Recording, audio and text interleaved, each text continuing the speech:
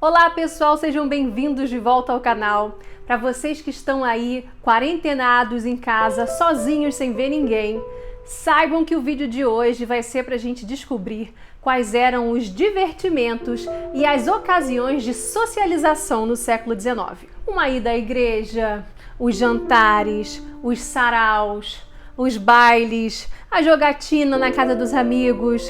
A gente vai ver tudo isso aqui hoje, mas principalmente os bailes, que são os meus favoritos.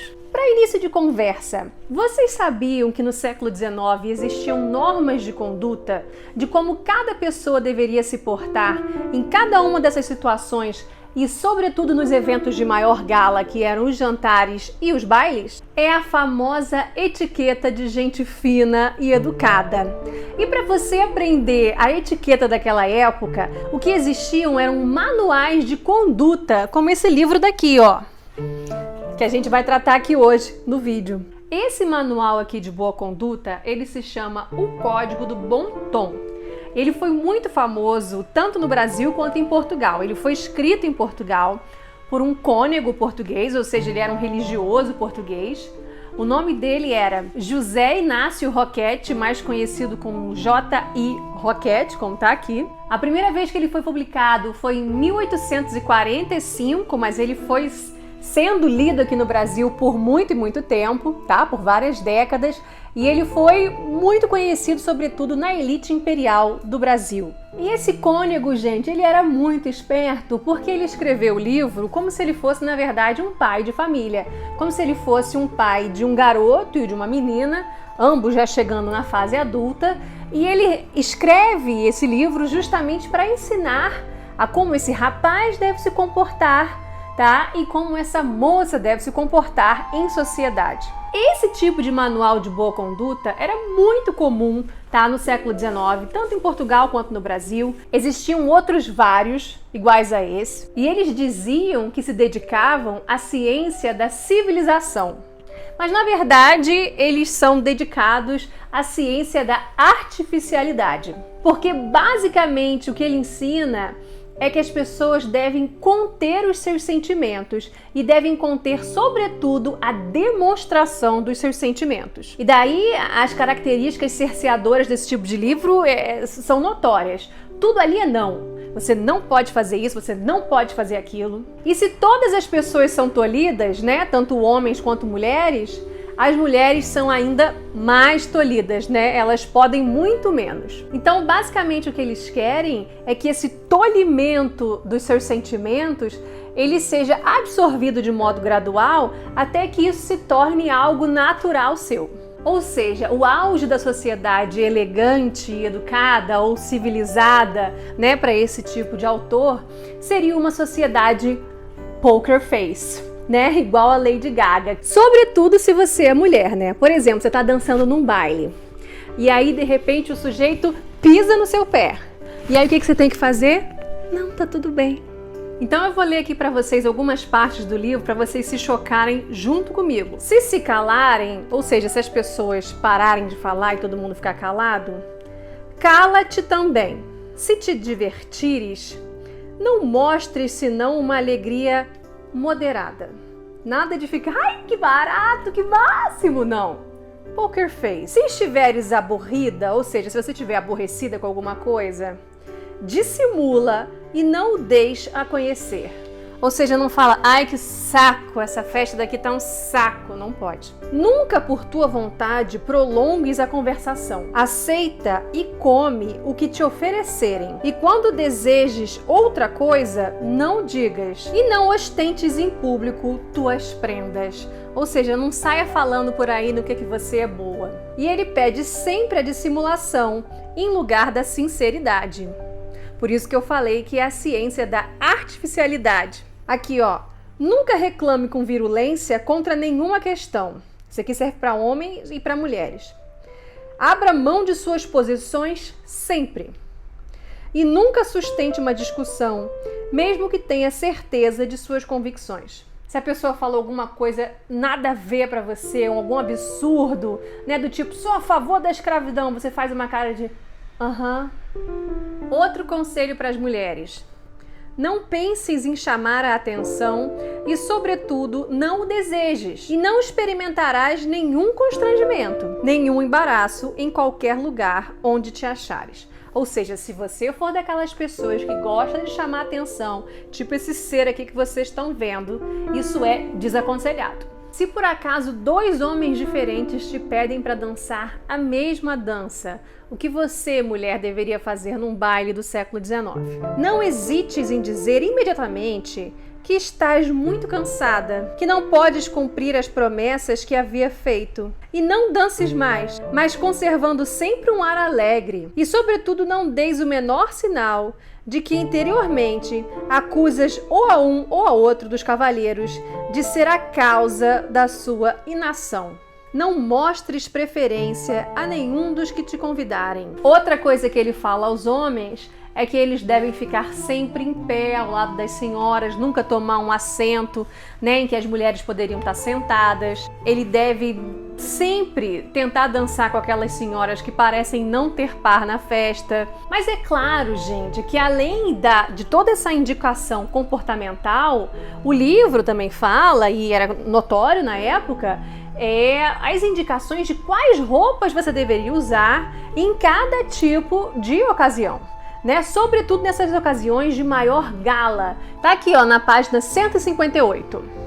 Sendo os bailes a reunião mais solene da sociedade, os cavalheiros devem ir sempre com luvas brancas novas, gravata branca, colete branco, meia de seda e calça comprida, ou pelo menos bota de polimento. Agora, como é que se davam as dinâmicas de um baile? Como é que se davam os bailes no Brasil? Como eram os bailes no Brasil? Quais eram as músicas e quais eram as danças? Para ilustrar isso daqui, gente, eu vou usar um texto, tá? Que eu encontrei na internet, vou mostrar aqui para vocês. O nome dele é A Educação do Corpo, Bailes no Rio de Janeiro do século XIX, O Olhar de Paranhos. É do Vitor Andrade de Mello, que é da UFRJ. Eu, como sou uma pessoa antiquada, eu inclusive imprimi o texto. E como assim O Olhar de Paranhos? É porque o texto ele é construído com base em crônicas que o José Maria da Silva Paranhos, tá? Que foi o pai do Barão do Rio Branco, ou seja, que um dia já bem mais velho chegou a ser Visconde do Rio Branco, mas são crônicas que ele escreveu para o Jornal do Comércio entre 1850 e 1851, justamente analisando os bailes na cidade do Rio de Janeiro, que era a corte do Rio de Janeiro, naquele Brasil imperial. E todos os autores, gente, eles citam, né, que essa ideia das danças e dos bailes elas começaram a chegar aqui no Brasil em 1808, com a vinda da família real portuguesa, né, lá de Portugal, por causa dos problemas napoleônicos, quando eles vieram para o Rio de Janeiro em 1808. Mas nesse texto daqui, como em outros que eu encontrei, eles falam que o grande crescimento dos bailes, eles chamam até de a febre das danças, a febre dos bailes, o grande crescimento se deu com a estabilidade econômica e a estabilidade política no Brasil do segundo reinado do Dom Pedro II. Não é à toa que as crônicas que esse autor pega aqui são de 1850 e 1851, né? Quando o Dom Pedro II já era imperador do Brasil há 10 anos. E uma coisa muito interessante que o autor cita aqui no texto é que vão surgindo na cidade do Rio de Janeiro e depois em outras cidades do Brasil agremiações de dança.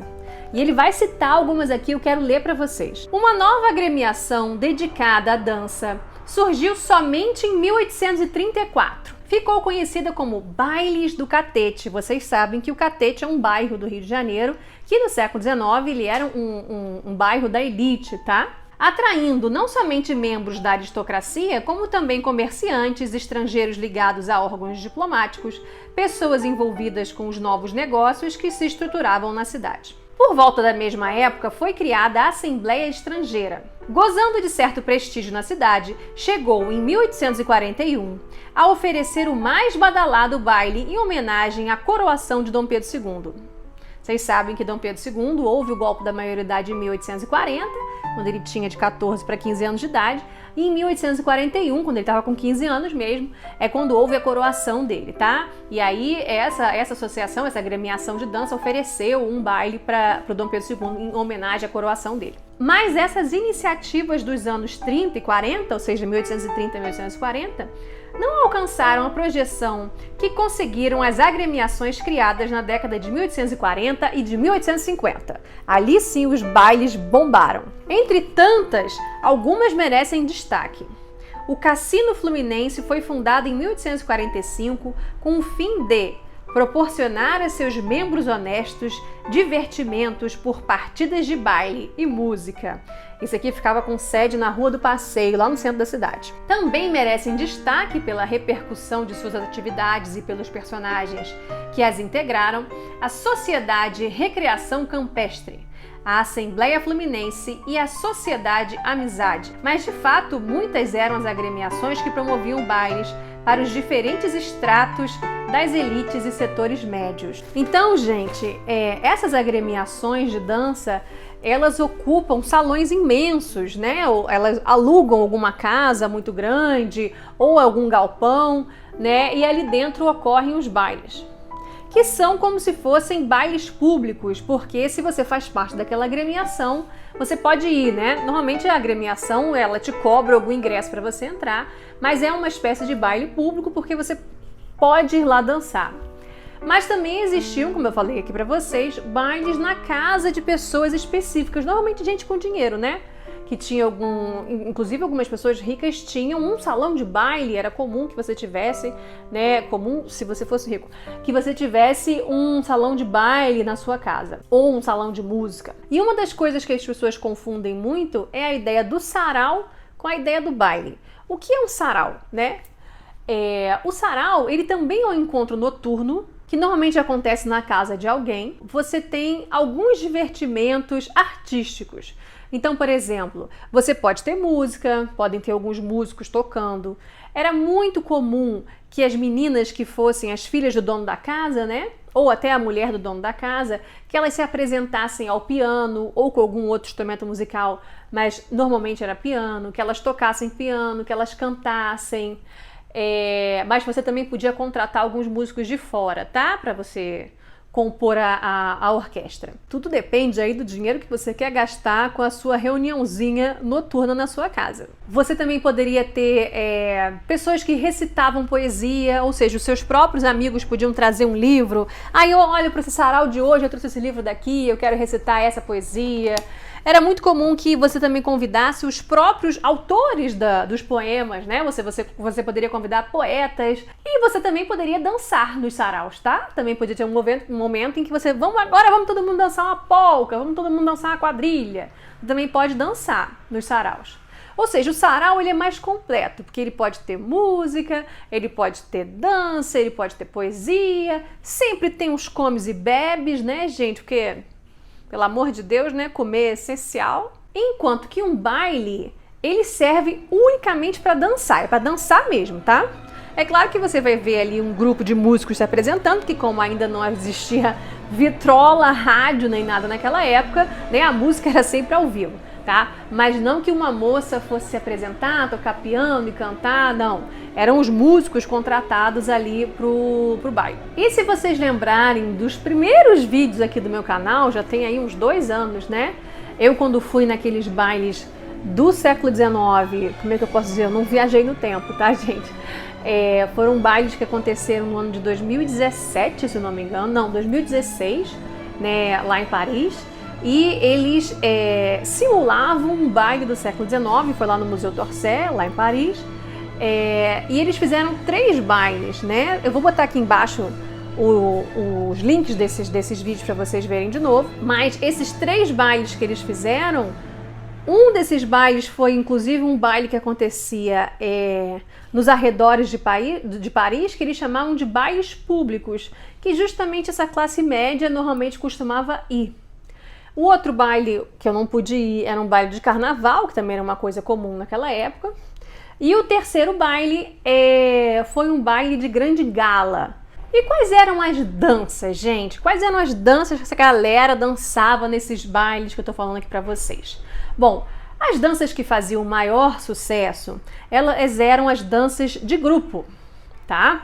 E algumas dessas danças, elas são originárias ainda do século XVII e do século XVIII, tá? Por exemplo, a contradança. A contradança era uma coisa que rolava direto nos bailes. Tanto no início do século XIX, vocês vão ver muito essas cenas de contradança nos filmes que contam as histórias dos livros da Jane Austen, tá? Como Orgulho e Preconceito, Razão e Sensibilidade, Emma, tá? Você vai ver muito dessas danças dessas que eu tô falando pra vocês, a contradança. Além da contradança, uma filha da contradança, que também era muito dançada em todos os bailes, não se assustem, é a quadrilha. Sim, a quadrilha. Inclusive, alguns passos de quadrilha eram bem famosos e fixos, né? Que as pessoas já decoravam aquilo e sabiam sempre dançar. Por exemplo, a quadrilha francesa, ela tem 5 movimentos. Cada um desses movimentos tem um nome e tem uma coreografia específica. E hoje em dia existem grupos de dança histórica que sabem dançar esses 5 movimentos e que fazem apresentações, como aqueles bailes que eu fui lá em Paris e mostrei para vocês nos outros vídeos.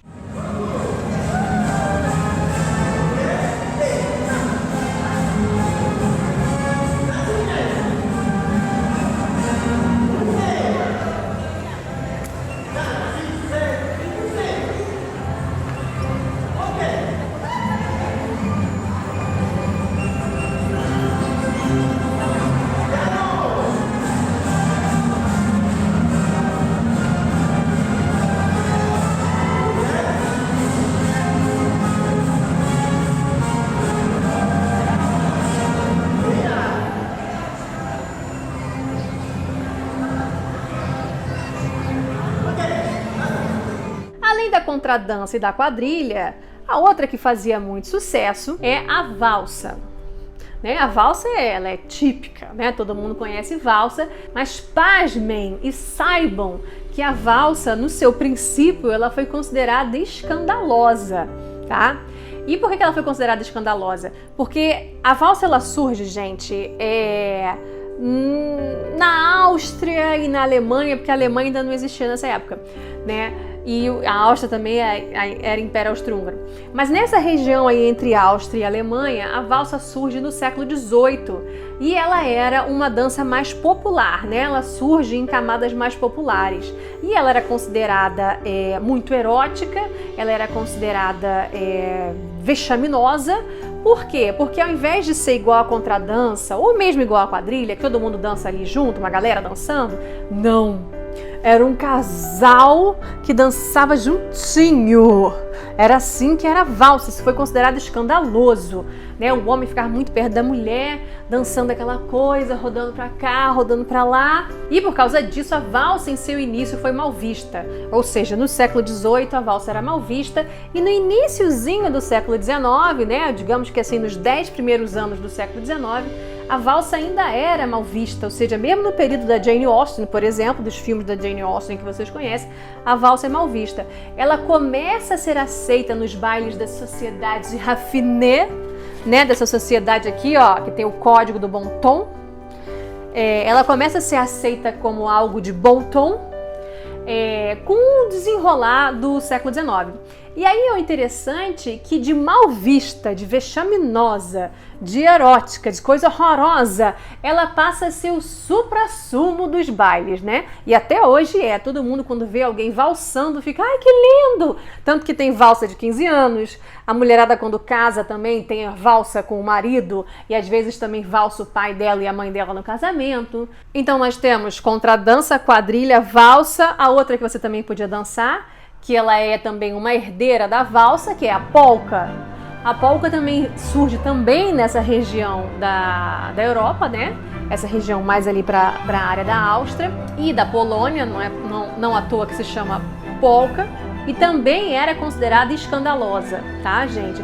Por quê? Porque a polca, ela é uma valsa mais agitada. Ela também é uma dança de casal, né? É uma dupla que dança, um homem e uma mulher. E eles dançam, olha que horror!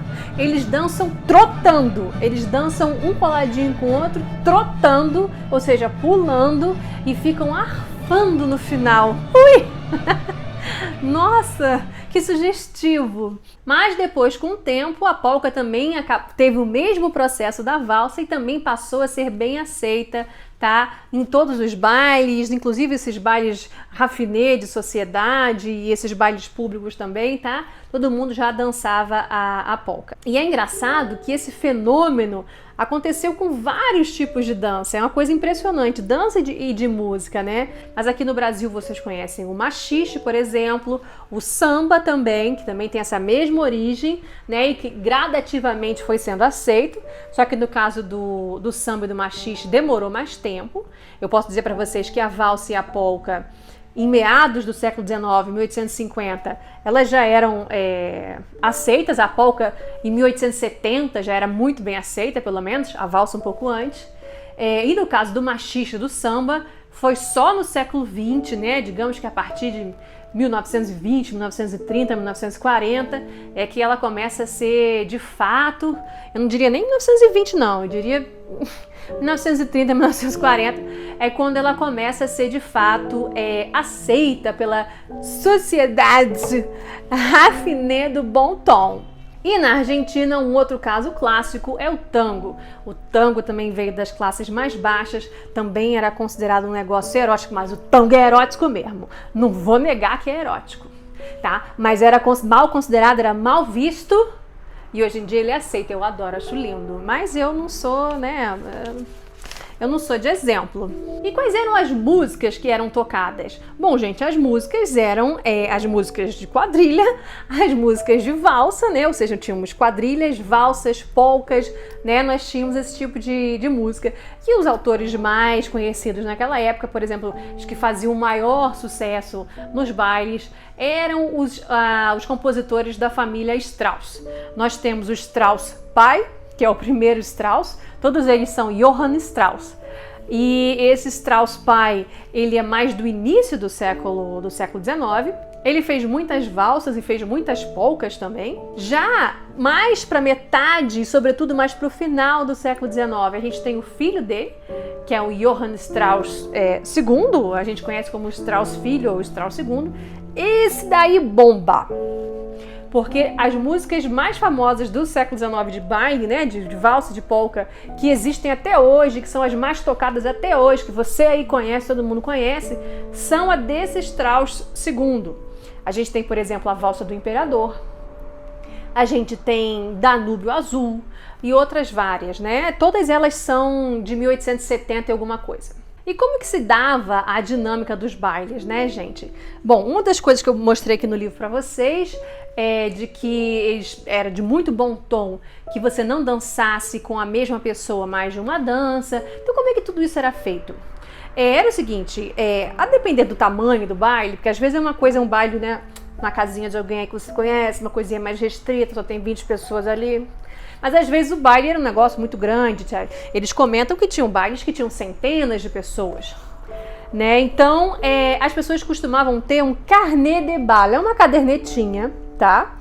Um caderninho que vinha as danças que iam ocorrer naquele baile, né? Então, o baile poderia começar, por exemplo, com uma quadrilha, ou com uma contradança, ou até, quem sabe, com uma polca para animar já, assim. E depois haveria um momento de valsa, e depois voltaria uma outra contradança, e depois voltaria um outro número de quadrilha, não importa muito a ordem. Mas você anotava ali no seu caderninho, eram as mulheres que tinham o caderninho, tá?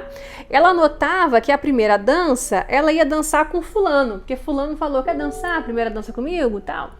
Aí você anotava. Aí depois aparecia um outro fulano que perguntava, e a segunda, você quer dançar comigo? Aí ela ia anotando os nomes. E essa aproximação, né, pra você falar, oi, você quer dançar tal dança comigo? Ou me dá a honra de dançar tal dança comigo e tal, lá. Normalmente acontece mais no início do baile, quando a música ainda não começou, né? O baile, propriamente dito, ainda não começou. Eu vou trazer aqui algumas imagens de pintores do século XIX. Um deles é o Jean Berrot, eu quero depois fazer um vídeo só sobre ele.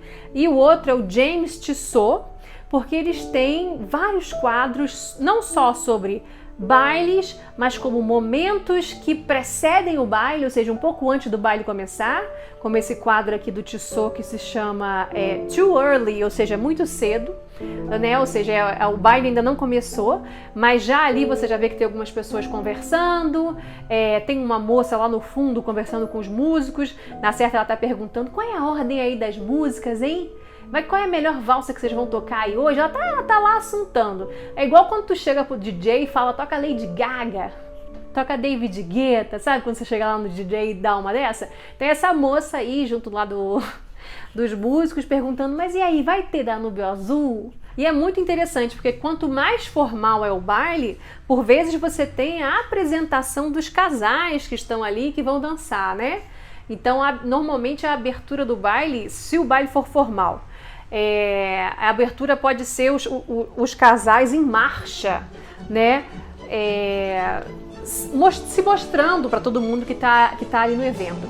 E eu trago aqui para vocês uma cena daquele filme A Época da Inocência, do Scorsese, que mostra justamente isso, né? O início de um baile de grande gala, numa família ricaça lá de Nova York na década de 1870, em que todo mundo, que os casais estão lá entrando, se apresentando, e logo em seguida eles começam sim ou a valsar ou a dançar uma polca, né, uma quadrilha, algo do tipo.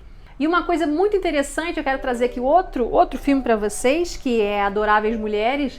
Adoráveis Mulheres tem duas versões. Uma versão de 1994, com a Winona Ryder, e uma versão do ano passado, de 2019. E é muito interessante porque mostra bem o tolimento, né, esse cerceamento dos seus sentimentos e das suas demonstrações de sentimentos que tinham no século XIX. Porque tem uma cena de um baile em que a personagem principal tá lá, ela tá se escondendo porque a parte de trás do vestido dela tá rasgado, e aí ela vai se esconder num cômodo e esbarra num rapaz. E é interessante porque o nome desse rapaz é Laurie na história. Então é a Joe e o Laurie. E é interessante que os dois têm a mesma personalidade. Os dois são pessoas que não conseguem conter suas emoções. E, inclusive, é uma coisa interessante que esse livro fale tanto de não faça isso, não faça aquilo, não fique rindo muito alto, não contrarie a opinião de uma pessoa dizendo, não, você está errado. É muito interessante isso, porque se o livro fica falando não, não, não, não, é porque as pessoas faziam, né, gente? E é óbvio que as pessoas faziam e continuam fazendo até hoje, porque pessoas são pessoas, né? Seres humanos são seres humanos, os seres humanos têm emoções. Então, quando vem um idiota e fala do teu lado que é a favor da escravidão, é bem capaz de que se tivesse um abolicionista do lado, ele dissesse, mas vá, né? Então é interessante você ver esses dois personagens em Adoráveis Mulheres, porque eles sabem que eles têm que conter as emoções e as demonstrações de emoção, mas eles não conseguem direito. Então quando a menina esbarra nele, ela já fica, ai meu Deus do céu, desculpa. E aí ela quer sair correndo para ir embora dali e ele coloca a mão no ombro dela, ela, não vai embora não. E aí depois ele fica, Jesus, né? Botei a mão no ombro da mulher, meu Deus do céu, segurei ela para não ir embora. Ela dá a mão para apertar para ele, depois ela vê que ela não podia ter feito isso. Aquelas coisas, né? Seres humanos são seres humanos. Eu gosto dessas histórias que mostram que, apesar de ser um século, um período em que todo mundo tentava manter as aparências, né? O bom tom, no entanto, pessoas são pessoas. Bom, gente, eu espero que vocês tenham gostado desse vídeo.